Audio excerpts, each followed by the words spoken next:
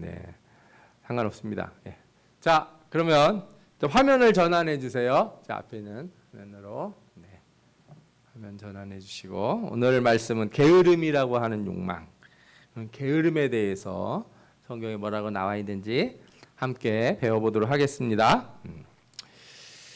게으름이라는 게 옛날에는 게으른 거 나쁘다고 생각했는데요. 요즘은 좀 게을러야 된다 이런 얘기를 막 하는 사람들이 있어요. 똑똑한 사람이 좀 게을러야 되고 멍청한 사람들이 부지런하면은 큰일 난다. 뭐 이런 얘기를 하는 사람들도 있더라고요. 이런 얘기가 있어요. 김남준 목사님이라고 열린교회 심우하시는 분인데, 네, 이 목사님께서 게으름에 관련된 책을 썼는데 그 안에 비유가 하나 들어있더라고요. 우리나라 비유일 거야 아마. 어떤 게으름뱅이가 누워서 자고 있는데 도둑놈이 이렇게 기웃기웃하더래요. 그래서 저놈 넘어오기만 해봐라. 그러면 내가 일어나가지고 한 소리를 해야지. 그러는 거예요. 근데 도둑이 이렇게 문을 슬쩍 열고 들어오는데 계속 자는 거예요. 저놈 어디죠? 마루에만 올라오기만 해봐라. 그러면 내가 그냥 혼을 내주리라. 근데 이제 이 도둑이 이렇게 살피다가 자는 것 같으니까 올라가서 방 안으로 들어가는 거예요. 저 도둑놈이 뭐 하나 훔치기만 해봐라. 내가 벌떡 일어나서 내가 혼내주리라. 그런데 이제 안에서 짐을 들고 나오는데 저놈 저 대문 나가기 전에 내가 일어나서 혼을 내야지. 그런데 이제 집 밖으로 나간 거예요. 훔쳐가지고. 그랬더니 뭐라 그래요? 이놈 다음에 다시 오기만 해봐라. 내가 가만두지 않겠다. 참 대단한 게으름인 것 같아요. 성경에 보면은 이 게으름에 대해서 참 싫어하고, 그리고 우리 교회에서 초대교회 수도사들은 이 게으름을 아주 이렇게 죄악으로 간주했어요. 그래서 이 사막의 교부였던 카시안이라고 하는 사람은 나태가 수도사들에게, 특히 독수도사, 혼자 이제 있는 사람이죠. 홀로 있는 사람들, 이런 수도사들에게 아주 위험한 악이라고 간주했어요. 그리고 카시안의 스승이었던 에바그리우스라고 하는 사람도 마귀가 가져오는 악한 사상이 바로 게으름이다. 또 성 베네딕트는 영혼의 원수다 이렇게 얘기했어요. 그래서 여러분 수도원에 가잖아요. 뭐 그럴 기회가 있으신지 모르겠는데 가면은 엄청 시간이 빡빡합니다. 이 보이는 게 성 베네딕토 외관 수도원 일가표예요. 외관에 성 베네딕토 이렇게 수도원이 있는데 거기 보면 아침 5시에 일어나서 독서 및 아침 기도 5시 20분까지, 미사를 6시에 드리고 7시 10분에 밥 먹고 오전 일과하고 또 낮에 하고. 제가 저기 이집트의 콥트 교회라고 있어요. 우리 기독교에서 아주 초기에 분리된 그런 원시 기독교적인 성격을 가지고 있는 교파인데, 그 콥트교 수도원들이 이집트에 있어요. 근데 거기는 보니까 진짜 3시간마다 잠을 깨워가지고 기도를 하고 그러는 것 같더라고요. 그 낮에는 또 뭘 시키냐? 계속 일을 시키나 봐요. 절대 이렇게 가만히 쉬고 있는 틈이 없답니다. 절대로 노는 틈이 없다는 거예요. 그러니 이 수도원에서 이 게으름을 얼마나 싫어했는지 알 거예요. 중세에는 7대 죄악이라고 하는 게 있었는데 그 중에 하나가 게으름이었어요. 교만시기, 분노, 나태, 탐욕, 탐식, 정욕, 허영, 이걸 7대 죄악이라고 불렀는데 그 중에 나태가 있었습니다. 정오의 마귀라고. 대낮까지 퍼져 자는 거는 진짜 큰 죄로 여긴 거죠. 이런 분위기가 종교개혁 이후에도 계속 이어졌는데, 루터는 이렇게 세속적인 의무, 직업들을 성실히 이행하는 것을 하나님을 기쁘시게 하는 걸로 봤어요. 그래서 이렇게 신자들이 열심히 일해야 되는 거예요. 놀고 그러면 안 되는 거예요. 열심히 일을 해야 되는 거고, 칼빈주의도 마찬가지죠. 노동을 하나님께 영광을 드러내는 일이다 이렇게 생각을 했어요. 이런 생각들이 이제 집대성된 게 막스 베버라고 하는 사람이 쓴 책인데, 자본주의의 원리로서 기독교 윤리의 금욕과 근면이 큰 기여를 했다 이런 주장을 해요. 그래서 이 기독교 사회였던 유럽이라든지 서구 사회들이 이렇게 노동하고 열심히 일하는 것을 기독교적 신앙 가치, 그리고 그것을 또한 자본주의 가치로 이렇게 내재화했다는 거죠. 근데 이제 산업혁명 이후에 산업사회가 되면서 사람들이 좀 이런 거에 대해 비판을 하기 시작했어요. 왜냐하면은 열심히 일하는 사람들은 다 누구예요? 노동자인 거예요. 사장은 늦게 회사 출근하고 낮에 가서 골프 치고 뭐 이러고 있고 아침에 일찍 일어나서 밤늦게까지 야근하는 사람은 누구예요? 노동자라는 거예요. 그러니까 이런 사람들이 뭐라고 생각했냐면 이거 돈 가진 사람들이 돈 없는 사람들 일 오래 시켜 먹으려고 열심히 일해야 된다. 이렇게 이제 사람들이 생각을 했다는 거예요. 그리고 잘 생각해 보시면 책 읽고 생각하는 지적 활동은 게으른 거고 육체적으로 반복적으로 일하는 노동은 선한 것으로 포장한다 이렇게 생각을 해보면 근데 사실은 책 읽고 공부하는 사람들이 큰 걸 많이 하잖아요. 발명도 하고 새로운 것도 만들어내고 실제로 이 문화가 발달하려고 그러잖아요. 문화가 발달하려고 그러면요. 잉여 농산물이라는 게 생겨야 된다는 거예요. 누군가 열심히 일을 해서 먹을 게 넘쳐나야 돼요. 그러면은 일 안 하는 사람이 생겨나고 일 안 하는 사람들이 그때부터 뭘 하기 시작해요? 노래도 만들고 그림도 그리고 춤도 추고 악기도 하고 시도 만들고 책도 쓰고 철학도 하고 과학도 연구하고 뭐 하늘이 왜 별은 왜 저렇게 움직이나 밥 먹고 그것만 보고 있는 거예요. 그럴 수 있는 사람들이 생겨난다는 거죠. 잉여 논산물이 있어야. 그러니까 이런 거를 사람들이 이해하게 되면서 야 이거 노동자를 이렇게 너무 복사하려고 만든 이런 생각 아닌가 하는 이런 생각들이 퍼지게 된 거죠. 그래서 현대에는 그냥 근로자가 아니라 지식 근로자, 머리를 쓰는 근로자가 필요하다. 그래서 게으름과 근면함에 대한 생각들을 조금씩 다르게 변화시키고 있어요. 실제로 우리나라 같은 경우에 전 세계적으로 노동 시간이 상당한 나라 중에 하나예요. 밤늦게까지 회사에 불켜 있고 저도 직장 생활할 때 제가 다니는 회사는 아침에 7시까지 회사를 오라고 그랬어요. 4시에 퇴근인 거예요. 그런데 4시에 퇴근을 할 수 있습니까? 막 처음에는 쫓아내고 그러지만 4시에 나가서 뭐예요? 대낮에. 집에 가기도 뭐하고. 대부분 회사에서 있게 되고 어쩔 수 없이 또 10시, 11시까지 일하는 날이 있고 그러면 또 새벽에 몇 시에 일어나요? 5시에 일어나야 그 출근 버스 타고서 또 서울로 나가서 일을 하는 거예요. 그래서 사실 이제 그 회사도 처음에 7시에 출근하라고 그랬다가 이제 점점 자율적으로 변해서 요즘은 가까운 분이 그 회사를 다니는데 시간 자기가 정해놓고 편하게 다니시더라고요. 이게 새로운 형태의 근면함이 필요한 거예요. 우리나라 노동 인구가 이제 그 베이비 부모들이 다 은퇴하면서 그 열심히 하던 사람들은 점점 은퇴를 해요. 평생을 노동을 하던 사람들은 은퇴를 하고 이제 그렇지 않은 세대가 일을 하게 되는데 그러니까 세대 간 갈등이 생기는 거죠. 나 때는 아침에 일찍 일어나서 학교 가고 출근하고 그랬는데 지금은 어떻다는 거예요? 지금은 그냥 하루 종일 퍼져 자는 것 같고 그러니 얼마나 속이 상하겠어요. 이런 문제들이 막 생기는 거죠. 한편으로 이제 이 MZ 세대들 새로운 세대들은 느리고 천천히 살아야 된다 그런 거예요. 이런 책들이 막 나와요.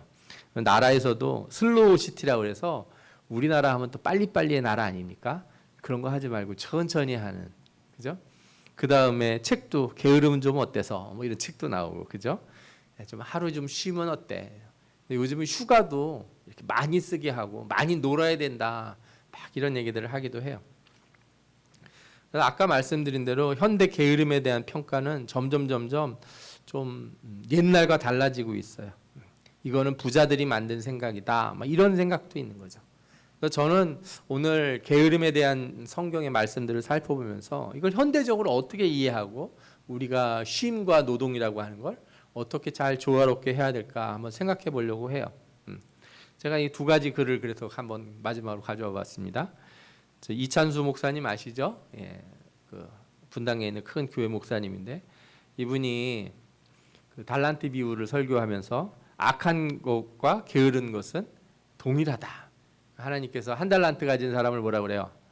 악하고 게으른 종아 그러셨다는 거예요. 게으른 건 악한 것이다 이렇게 하셨어요. 근데 웬디 와서스타인이라는 사람이 책을 쓴 게으름이라는 책에 보면 잘 생각해 보십시오. 나쁜 짓도 노력이 필요합니다. 여러분 복수하려면 뭐 해야 돼요? 노력을 해야죠. 칼 갈고 그죠? 어렸을 때부터 보면 제가 성룡 영화 보면 아버지의 원수를 갚겠다 해서 어렸을 때부터 막 무술 연습하고 그러잖아요. 게으른 사람은 복수도 못해요. 예. 나쁜 짓도 부지런해야 하는 거지 게으름은 못한다. 그러니까 게으른 사람은 적어도 악한 짓은 안 하더라. 이런 어떤 생각을 피는 거예요. 그래서 우리가 한번 게으름에 대한 통찰을 한번 잘 가져보기를 바랍니다. 아멘. 예. 자, 성경에 나오는 게으름에 대해서 좀 볼까요? 성경에 게으름이라고 하는 단어 히브리어에 보면 아젤이라고 되어 있어요. 이 단어가 주로 나태한 사람을 번역할 때 써요. 물리적으로 게으른 거예요. 근데 이 게으름이라고 하는 건 적극적으로 악을 도모하는 것과 달리 소극적이에요. 그냥 느리게 움직이는 거. 그냥 느릿느릿하고 그런 것들을 주로 표현해요. 또 다른 단어로 르미아라고 하는 단어도 쓴다고 그러는데 이거는 게으름뿐만 아니라 주의 깊지 않은 태도도 포함시켜요.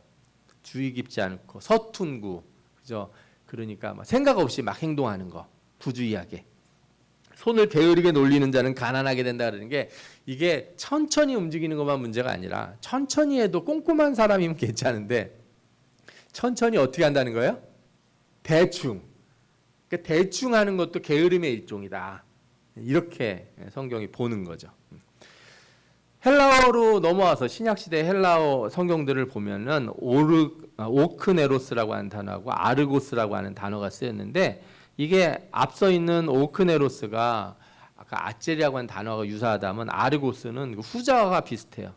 그래서 아르고스는 부주의한 태도, 무익한 태도를 다 가리켜요. 그래서 내가 너희에게 이르노니 사람이 무슨 무익한 말을 하든지 이런 말씀이 있는데 이때 무익하다는 표현이 아르고스예요. 그러니까 이게 무슨 뜻이에요? 무익하다는 게 게으름의 일종하네. 게으른 사람이 만들어내는 거는 가치가 없는 거다. 이렇게 표현하는 거죠. 비슷한 의미들을 신구약에 갖는 걸 볼 수 있어요. 나중에 이제 뭐라 그럴까요? 이제 뭐 우리 초대교회 지나고 우리 중세로 넘어오면서 라틴어들을 썼는데 이 나테라고 하는 단어, 그다음에 아케디아라고 하는 단어들을 게으름에 대응해서 썼어요. 이 나테라고 하는 슬로스라고 하는 단어는 여러분들 나무늘보 아세요? 나무늘보? 제 나무 자꾸 움직이는 걸 제가 한번 봤는데 그냥 막 가는 것도 아니에요. 잡을까 말까 하다가 한번 틱 잡고 그다음에 또 잡을까 말까 하다가 틱 잡고 진짜 막 속이 확 터져요. 쟤는 안 잡혀 먹나 그런데 오히려 그렇게 느릿느릿 움직여서 눈에 안 띈다고 그러더라고요. 그래서 안 잡혀 먹는다 표범한테 뭐 이런 얘기가 있어요. 남미 브라질 같은 그 아마존강 같은 데 살고 그러는데 한편으로 그 라틴어 아케디아라는 단어는 무관심하고 무기력한 거. 사람이 축 처져서 아무 생각 없이 우리 요즘 멍 때린다고 그러죠. 생각이 이렇게 정신 나간 것처럼 멍하게 있는 거. 그런 대회도 있습니다. 멍 때리기 대회. 그래서 하루 종일 앉아가지고 사람들이 멍하게 있는 거, 오래 있는 사람 상 주는 그 희한한 대회가 있는데 그런 걸 표현한 단어가 바로 아케디아다 이렇게 얘기할 수 있어요. 잠언서를 보면 게으름에 대한 여러 가지 표현들이 나와요. 게으름의 가장 대표적인 현상이 뭐냐? 잠자기를 즐긴다. 근데 어떻게 자냐 그랬더니 문짝이 돌저기를 따라서 도는 것 같이 우리 문짝이 이렇게 힌지 따라서 경첩 따라서 이렇게 왔다 갔다 하잖아요. 게으른 자는 침상을 그렇게 돈다는 거예요. 뱅글뱅글 돌면서. 그래서 게으른 자들 보면 머리를 이렇게 잤다가 나중에 보면은 발 쪽으로 머리가 가 있는 거예요. 이렇게 사람이 360도 도는 거죠. 어쩌면 그 2000년 전이나 3000년 전이나 지금이나 똑같아요. 게으른 사람 자는 모습 표현하는 거는. 그렇죠? 또 게으른 자여 내가 언제까지 누워 있겠냐? 어느 때까지 잠에 깨어 일어나겠느냐? 아주 유명한 말씀이죠. 좀 더 자자, 좀 더 졸자. 소원을 모으고 좀 더 누워 있자 하면 빈궁이 강도같이 오고 곰핍이 군사같이 이른다. 너무나 당연한 것 같아요. 그래서 제가 보면 부자들 있잖아요. 제가 직장 생활하면서 회사 사장님들, 회장님들을 꽤 많이 만나봤는데 그 중에서 게으른 사람은 한 명도 못 봤습니다. 정말 한 분도 못 봤어요. 어떤 분들은 새벽 4시에 일어나서 그래서 사모님들이 고생하시죠. 아침 찬물로 세수하고 새벽 4시 반에 가족들을 다 깨워가지고 밥을 먹어요. 밥상머리에서 졸았다가는 그냥 옛날에는 이제 귓방망이를 때린다고 그러잖아요. 아버지한테 어마어마하게 혼나는 거죠. 그리고서 하루를 시작하시는 분들이 많아요. 사실 게으름은 잠자는 거하고 되게 밀접한 게 있고 결과적으로 가난하게 된다 이런 것들을 성경에서도 동일하게 말씀하고 있어요. 또 잠언에서 나오는 게으름 중에 하나는 아무것도 안 한다는 거예요. 게으른 자는 그 잡은 것도 사냥하지 아니하니 사람의 부귀는 부지런한 것이라. 또 마지막에 있는 거 한번 읽어볼까요? 게으른 자는 자기의 손을 그릇에 넣고서도 입으로 올리기를 괴로워하느니라. 저 어렸을 때 무슨 드라마에서 나온 얘기인데 너무너무 게을러서 부모가 걱정인 거예요. 어디를 갔다 와야 되는데 한 3일 동안 얘가 게을러서 밥 안 해 먹을까 봐 떡을 하다가 이렇게 냉장고에 넣어놨다는데 그것도 안 되니까 방에다 갖다 놓고 심지어 얼굴에도 막 붙여놨어요. 근데 가보니까 아들이 굶어 죽어 있는 거예요. 입 주위만 혓바닥 닿는 데만 떼어먹고 죽었대요. 게으른 사람은 진짜 숟가락 퍼먹기도 귀찮아하는, 그죠? 예. 그리고 이제 저는 이 게으른 자는 길에 사자가 있다, 거리에 사자가 있다 하느니라 이 말씀을 참 이렇게 뭐라 그럴까요? 마음에 와닿는다 그래야 되나, 뭐라 그래야 되나? 생각해 보면 그래요. 우리가 덥고 이렇게 저도 요즘 여름에 너무 더우니까 진짜 문 밖에는 사자가 다니는 것 같아요. 예, 저 나가기가 싫어요. 나가기가. 예, 죄송합니다. 이게 자꾸 손이 끊어졌다 붙었다 그러네. 예. 그러니까 이런 말이 게으른 사람들 입에서 나온다. 이걸 우리가 좀 알 수가 있죠. 또 잠언에서 게으름 보면 가난을 유발한다. 당연합니다. 게으른 자는 가난하게 된다. 이건 뭐 성경이 아니더라도 하나님이 이 모든 사람의 마음에 심어준 자연법에 다 들어있는 말씀인 것 같아요. 게으름이 사람으로 깊이 잠들게 하나니 태만한 사람은 줄일 것이니라. 그렇죠? 예. 언제 맨날 자고 있으면 먹는 때도 놓치잖아요. 예. 사실은 군대 가서 이제 사람들이 남자들은 변한다 그러는데 제일 변하는 이유가 뭔지 아십니까? 제때 일어나서 밥을 먹어서 그래요. 이 군대 안 가는 친구들이 자기가 일어나서 언제든지 일어나서 밥을 먹을 수 있다고 생각하니까 사람들이 게을러지는 거네. 딱 정해진 시간이면 밥이 나오고 그 냉장고가 그런 냉장고가 있었으면 좋겠어요. 몇 시부터 몇 시까지만 열리고 그 다른 시간은 잠겨가지고 아무리 뭐 지문을 대고 비밀번호를 눌러도 안 열리는 거, 그죠? 그리고 가게도 몇 시부터 몇 시는 다 문이 잠겨가지고 내가 아무리 주머니에 돈이 있어도 배달이 안 되고 살 수가 없는 부지런한 나라가 되지 않을까. 저 같은 사람은 대통령을 시키면 안 될 것 같은 느낌이 드시죠? 예. 어쨌든 이런 것을 성경에서 분명히 얘기하고 있다는 걸 아셔야 돼요. 게으름은 가난하게 된다. 이렇게 성경이 가르친다는 거죠. 또한 게으름은 뭐하고 연결이 되냐면 무지하고 연결이 돼요. 저는 게으름 중에서 제일 나쁜 게으름이 뭐라고 생각하냐면 안 배우는 게으름이에요. 공부 안 하려는 게으름. 배우는데 게으른 사람처럼 불쌍한 사람이 없어요. 그런 사람은 계속해서 멍청한 일을 반복해요. 미련한 일을 반복하는 거예요. 그러면서 꼭 뭐라고 그래요? 게으른 자는 사리에 맞게 대답하는 사람 7보다 자기를 지혜롭게 여긴다 그래요. 공부 열심히 한 사람을 무시해요. 와, 네가 뭘 안다고 그러면서. 오죽하면 개미한테 가서 열심히 하는 걸 배우라 그러지 않고 뭘 배우라 그래요? 지혜를 얻으라. 근면한 것도 지혜예요. 그래서 저도 학교 다닐 때 공부 잘하는 친구한테 물어봤어요. 어떻게 공부 잘하냐 했더니 딴 건 잘 모르겠고 공부는 엉덩이가 한다는 건 안다. 이렇게 얘기하더라고요. 공부는 머리가 하는 게 아니고 엉덩이가 한다는 거예요. 오래 앉아 있고 열심히 하고, 그죠? 끈기 있는 사람이 공부를 잘하는 거지 머리 좋은 사람이 공부 잘하는 건 한계가 있다고 그러더라고요. 성경의 이 구약에만 그런 게 아니라 신약에도 이 게으른 사람들이 많았어요. 특히 로마 이 시민들 중에 또 돈 많은 사람들이 사는 도시들 있잖아요. 부자들이 사는 도시. 거기 가면 게으른 사람이 너무 많은 거예요.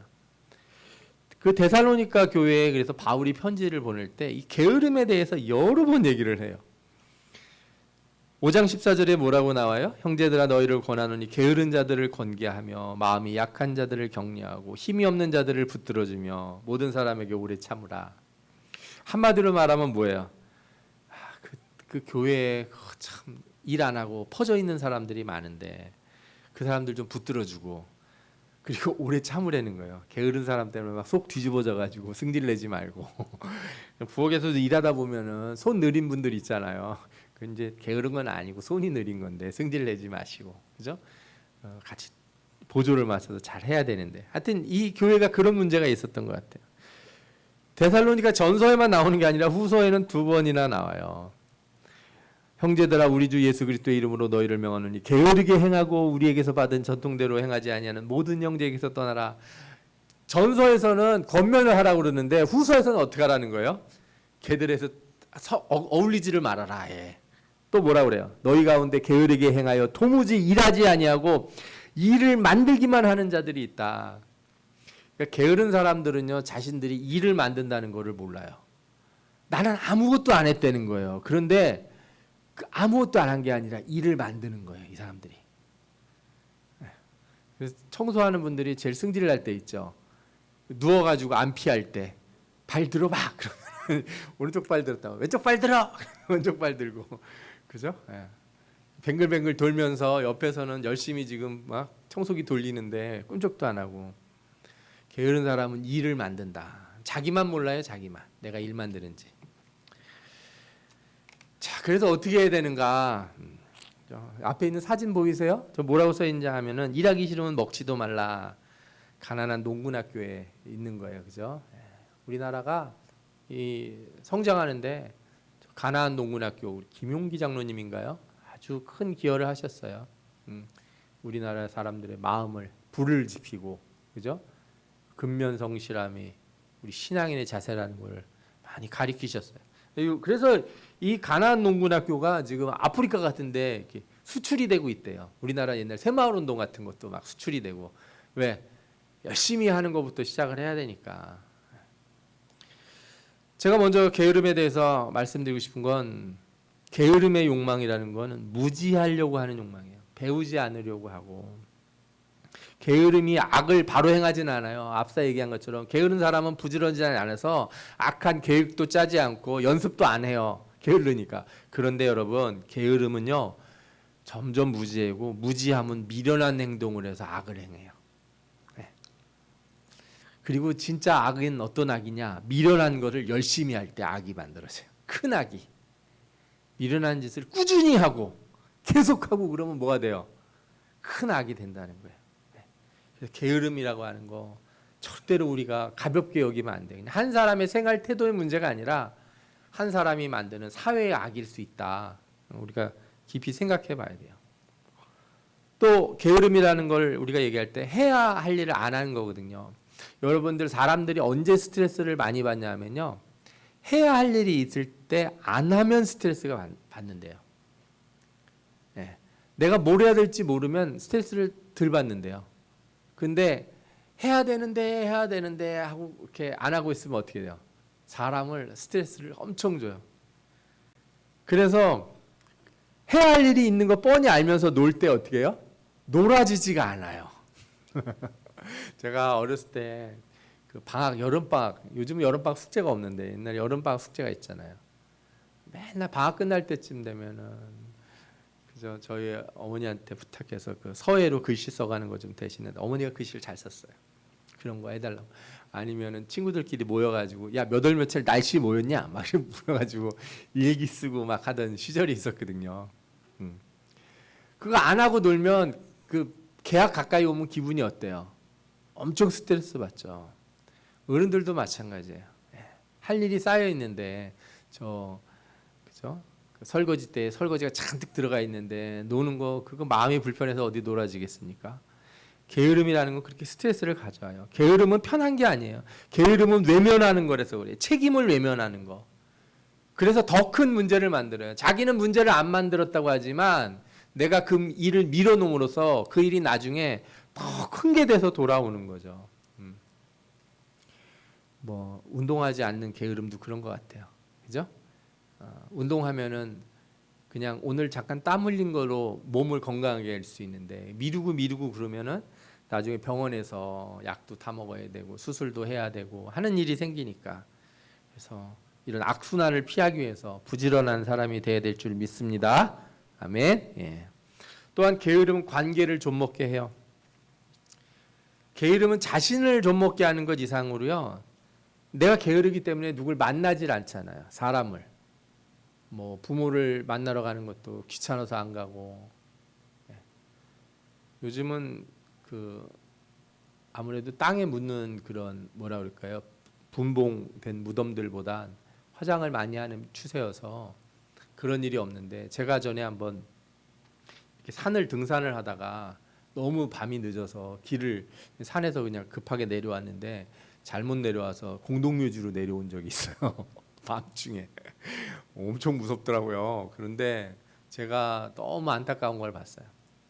이 돈이 있는 사람들은 무덤을 써도 이렇게 가까운데 산을 높이 올라가지 않는 초입에 많이 든대요.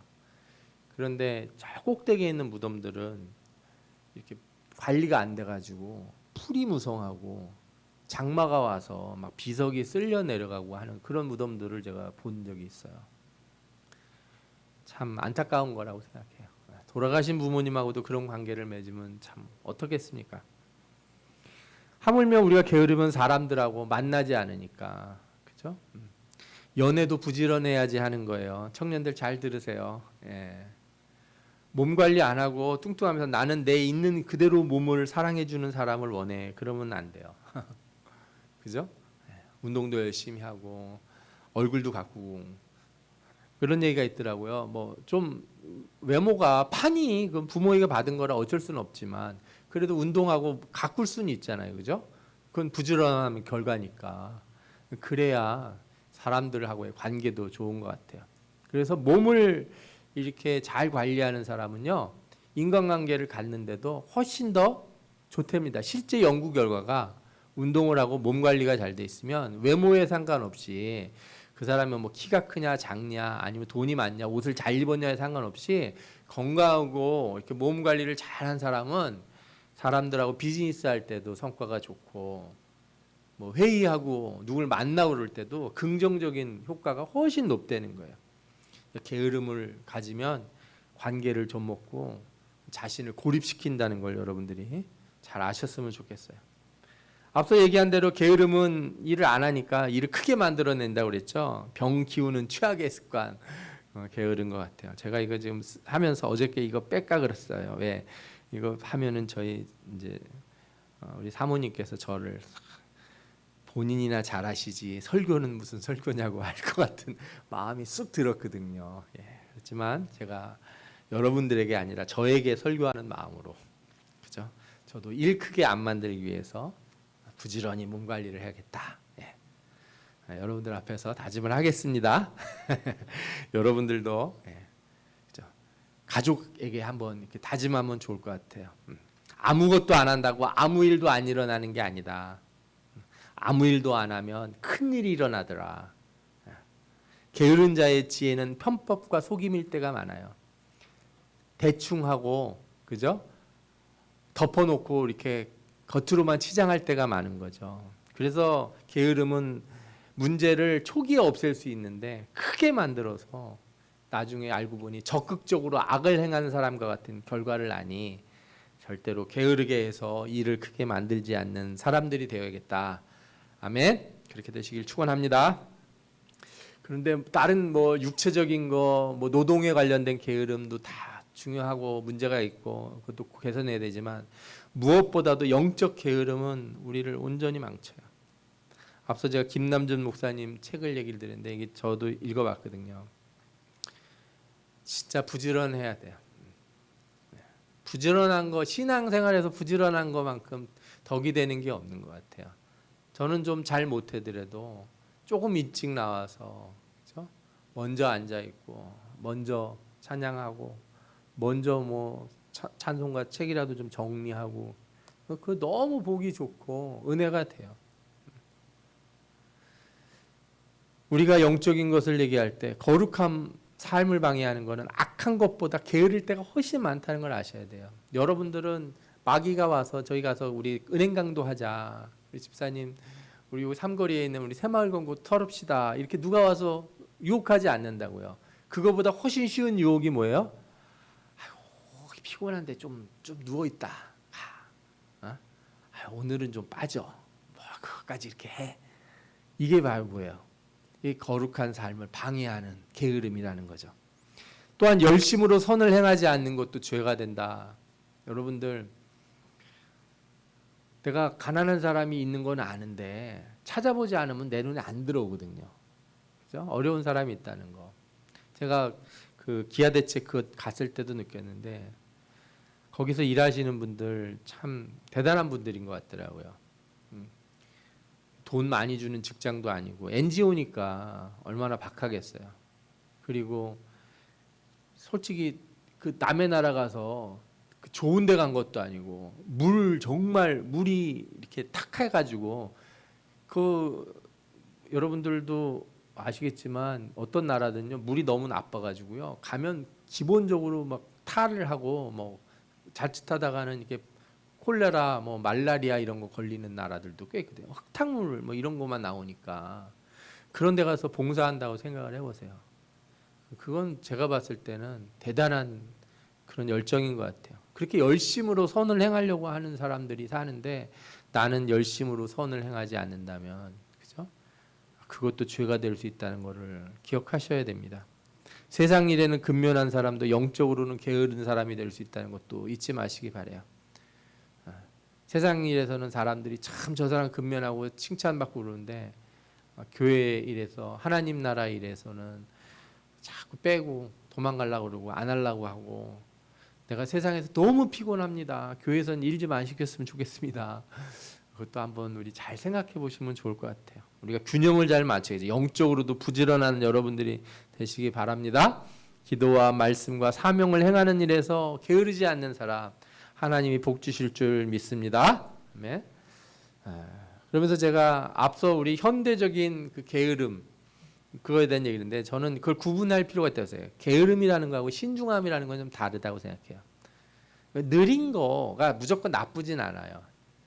좀 손이 느리더라도 어떤 걸 계획하고 실천하는 속도가 좀 느리더라도 꾸준하고 방향이 일정하고 그러면 좀 괜찮다고 생각해요. 그냥 빠르기만 하다고 열심은 아닐 수 있어요. 왜냐하면 악도 부지런함을 가지거든요. 악도 치밀해요. 엄청 열심히 해요. 그러니까 단순히 외형적으로 저 사람이 막 일을 많이 한다고 해서 다 좋다고 말할 수는 없어요. 느리지만 본질을 추구하는 거 멈추지 않는다면 저는 그거를 게으름이라고 말하고 싶지는 않아요. 그래서 겉으로 드러나는 속도보다 내면의 방향의 일관성을 추구해야 되는 거죠. 내면이 일관되게. 오늘도 우리 주일학교 어린이들의 기도에 대해서 가르칠 때 한 얘기가 있어서 항상 기도하라는 게 뭐냐 24시간 기도하라는 말이 아니고 꾸준히 하라는 거예요. 꾸준히. 미리미리 해놓을 수 없어요. 내가 그냥 한 번에 이빠이 해가지고 기도 한번 쌓아놓고 몇 년간 쉴 수 없다 이거예요. 우리 잠자는 거 한 이틀 자면은 그 다음에 며칠씩 안 자도 됩니까? 아니 그럴 수 없거든요. 밥 오늘 엄청나게 많이 먹어서 나 앞으로 한 달 동안 밥 안 먹어도 돼. 여러분들은 우리는 보아뱀이 아니잖아요. 우린 그럴 수 없단 말이에요. 꾸준해야 돼요. 우리가 매일매일 자고 매일매일 먹는 것처럼 매일매일의 일에 충실하게 한다면 그건 이제 신중함이라고 부를 수 있을 것 같고 세속적인 그런 어떤 속도의 기준으로만 너무 평가하지 않았으면 좋겠어요. 그래서 제가 이런 말을 썼습니다. 한 방에 천국 가려고 하지 말고 매일매일 순례자의 길을 걸으라. 믿음도요 한 방에 커지려고 그러지 마세요. 어떤 분들 보면 요즘 내 믿음이 떨어진 것 같은데 기도원에 한번 갔다 와서 믿음을 이빠이 한번 충전하고 오겠다는 거예요. 주여. 아니 믿음은 그런 게 아니에요. 그 기도원에 가면 막 목사님이 주머니에 막 온갖 가방에다가 믿음을 꽉꽉 채워놓어서 자 이거 다 떨어지면 다시 와 그러잖아요. 그렇지 않단 말이에요.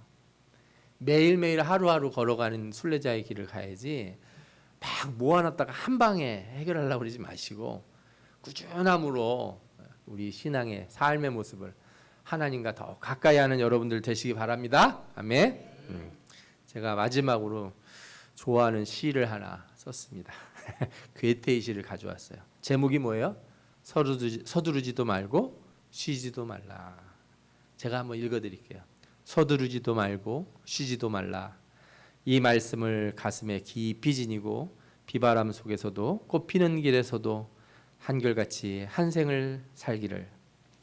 서두르지 말라. 이 한 말씀을 마음을 바로잡는 고삐로 삼아 깊은 사려 올바른 판단, 한 번만 결심이 끝난 다음엔 온 힘을 기울여 앞으로 나가보기를. 쉬지 마라. 세월이 강물처럼 흘러간다. 반짝이는 인생이 덧없이 가기 전에 영원히 길이 남을 보람 있는 업적을 이 세상의 유물로 남겨놓으라.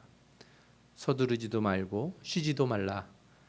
운명이 폭풍 후에 꾸준히 견디면서 나침처럼 한결같이 의무에만 살고 무엇에도 굽히지 않고 정의에만 살아라.